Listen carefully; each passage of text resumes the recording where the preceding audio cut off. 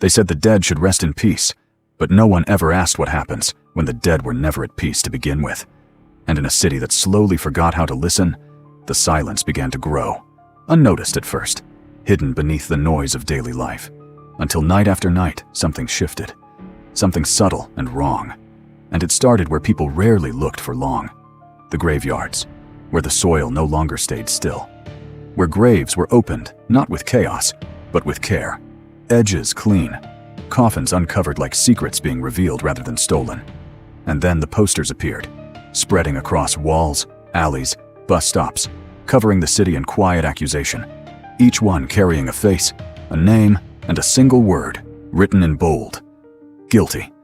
And people stared, whispered, tried to ignore it. But deep down, they recognized those faces, because they belonged to people who had escaped consequence, people who had ruined lives and walked away untouched until death gave them peace they never earned. And now even that peace was gone, because their graves were empty, their names exposed. And somewhere in the growing fear, in the flicker of broken streetlights and drifting fog, people began to see him, a clown, always still, always watching, his painted smile frozen, his eyes hollow and knowing, never approaching, never speaking, just present. And no one knew who he was anymore, because once he had been someone else, a man who laughed easily, who came home to warmth, to a wife who waited, to a little girl who ran into his arms, her laughter filling the small spaces of his world. He had a simple career as a clown, bringing joy to children, his painted face once hiding nothing but happiness, his life ordinary but full, until it was taken piece by piece, his work fading, his money disappearing, his dignity stripped away by people who smiled while they destroyed him. Neighbors, businessmen, ordinary faces hiding quiet cruelty, pushing him out, taking everything he built until pressure turned into something final. And one night, under a sky too still to feel real, everything burned. His home, his life, his wife, his 5-year-old daughter, gone, reduced to ash and silence, and the ones responsible remained untouched, protected by a world that never cared enough to see. And something inside him didn't break. It ended, leaving behind something colder, something patient. And when he disappeared, no one looked for him. And when he returned as something else. The clown, but not the one who entertained. This one didn't speak, didn't perform, didn't laugh. He watched, and when the graves began to open, the city should have understood this was never about the dead. It was about the truth buried with them. He worked slowly, carefully. Every grave he opened belonged to someone who had escaped consequence. Every name he posted was a story the world ignored. And beneath the city, he built a place of his own, a quiet chamber hidden in darkness where the past could no longer hide, where shadows held what the world refused to face. And he was not angry anymore. He was certain. And certainty is far more dangerous. And the city began to change. People stopped staying out late. Voices grew quieter, eyes looked over shoulders, because the clown was always there, at the edge of vision, under a streetlight, across the road, watching and waiting, until one night something changed, because he wasn't the only one hunting. The first sign was small, a missing person, not from a grave, but from the living. Then another, and another. Different pattern, different method. Something unpredictable, something unfamiliar. And it led him to a forgotten part of the city where colors didn't belong. Faded pinks and soft blues glowing faintly in the dark. An abandoned candy shop filled with dust-covered jars and sweetness that felt wrong. And inside stood another figure, still, smiling. Rocklin, the candy maker, his expression alive in a way that felt unsettling, holding something wrapped carefully like a gift. And for the first time in a long time, the clown moved without certainty. They faced each other in silence, two reflections shaped by something broken. And the moment didn't stretch, it snapped. Movement sudden, shadows colliding as they fought, not loudly but with intent. The clown precise, controlled, Rocklin chaotic, unpredictable, each testing the other, until something shifted. A pause, a hesitation. Because in Rocklin's eyes there was something familiar. Not madness alone, but pain, deep and unending. And slowly the fight stopped. Not because one had won, but because both understood. And Rocklin spoke, softly, almost playfully, telling fragments of a past shaped by cruelty. A village where suffering was normal, where people were broken and discarded, where sweetness was used to hide what was unbearable. And as the clown listened, he realized something unexpected. Rocklin was not his enemy. He was another result. Another life shaped by the same kind of world that had destroyed him. And for the first time since everything ended, the clown felt something close to disappointment. Not in Rocklin, but in the realization that this was bigger than him. That cruelty was not isolated. It was everywhere, repeating, spreading, creating more like them. And without trust, without friendship, without even words spoken clearly, they stopped being enemies and became something worse. Partners, not in emotion but in purpose. Because the clown did not reveal his true aim. He didn't need to. They shared one understanding. The guilty should not remain untouched. And from that moment, the city changed again. Now there were two shadows moving through the silence. The clown precise, Rocklin unpredictable. Together something far more dangerous, because there were no rules anymore. No limits, no consideration.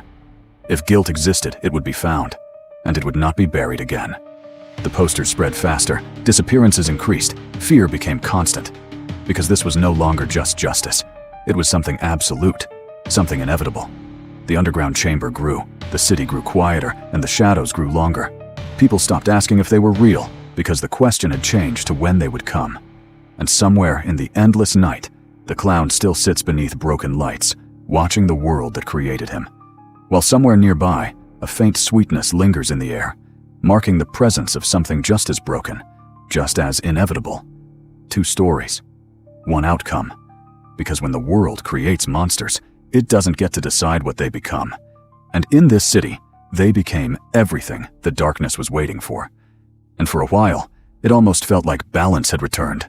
Not peace, never peace, but something quieter, something controlled, as if the city itself had accepted its fate and chosen silence over resistance, because resistance required hope, and hope had long since drained from its streets.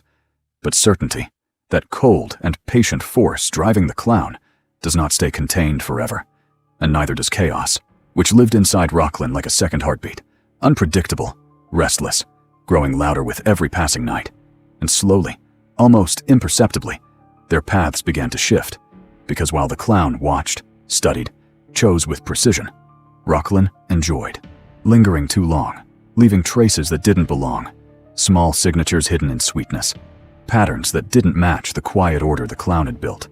And at first the clown ignored it, because purpose mattered more than method. But purpose begins to fracture when method becomes indulgence. And one night, beneath the same flickering streetlight where the clown often sat, he noticed something wrong. A poster, freshly placed, the word guilty, written as always. But the face, unfamiliar. Not someone buried, not someone who had escaped consequence, just a name lost in the noise of the living. And for the first time in a long time, doubt returned. Subtle, unwelcome, but alive.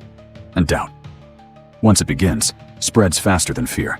And he followed it, through alleys where fog clung too tightly, through streets where silence felt forced, until it led him back to the sweetness that never belonged. The abandoned shop, glowing faintly in colors that should have been comforting, but weren't.